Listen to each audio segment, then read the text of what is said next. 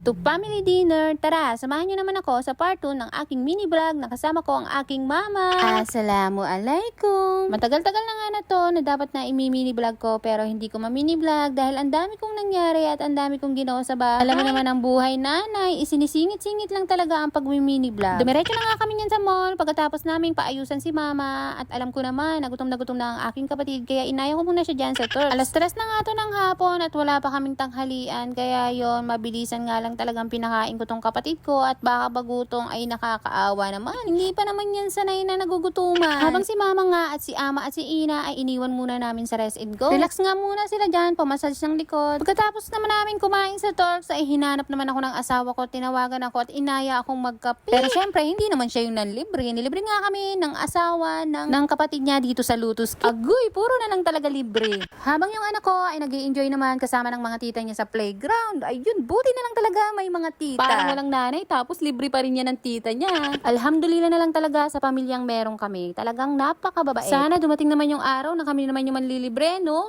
Inshallah. Matapos nga ang lahat ng mga nangyaring yun ay nagsama-sama na rin kami sa iisang place. Pero ito, picture muna sa favorite na manugang. Syempre, joke yun, no? At pagkatapos nga yan ay pupunta na kami sa lugar kung saan gusto nilang kumain para i-celebrate ang pagpasa ng aking bayaw sa Bucor. Tamang-tama nga lang din na nandito sila mama at ang aking bunsong kapatid kaya nagkasabay-sabay talaga at sama-sama nga kaming kakain na parang iisang pamilya. At dito nga kami kakain sa Gilligan's. Habang naghihintay nga ng food ay tuwang-tuwa naman din ako kay mama dahil gandang-ganda pa rin ako sa kanya. Inaasal ko pa nga yan na para talaga siyang dalaga. Ngiti-ngiti nga lang yan na akala mo walang problema sa buhay. Sana lagi ka na lang ganyan ma na hindi kita nakikita nakasimangot at nakangiti lang talaga. Yan lang talaga ang gusto ko. Na lagi kang makitang nakangiti at masaya. Nakangiti ngayon siya pero alam kong gutom na dahil alas 3 na to ng hapon. Ang bunso ko namang kapatid ay hiyang-hiya na halos ayaw pang humarap. Gusto na nga sana niyang umuwi. Napilit ko nga lang na sumama siya sa amin. Para bang walang muka. Hindi naman sana siya nget pa. Ano daw? Pero syempre dahil celebration to ng pagkapasa ng aking bayaw ay picture muna tayo dahil balang araw magiging alaala na lang ang lahat. Syempre yung mga gantong moment ay hindi dapat palampasin. At mga ilang minuto nga lang ay sinerve na rin ang pagkain dahil gutom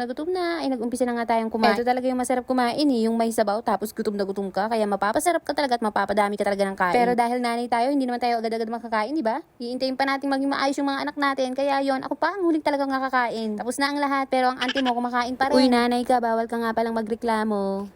Pero natapos yon ay busog na busog din naman tayo. Kaya maraming salamat po sa mga nanlibre sa amin. Nanlibre ng kape, nanlibre ng games, and nanlibre ng food. Salamat tita sa mga libre nyo and ama. Salamat sa pamilyang meron ako. At yun, syempre sa magulang ko at sa pamilya ko maraming salamat. Pagkatapos nga nun ay umuwi na rin kami. Bago naman umuwi ng bundok, ang aking bunsong kapatid at ang aking mama ay namigay pa nga yan ng pera sa aking anak at sa aking pamangkin. O ayun, thank you.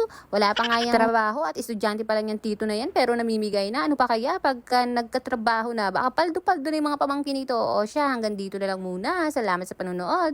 Hanggang sa pakikinig. Bye!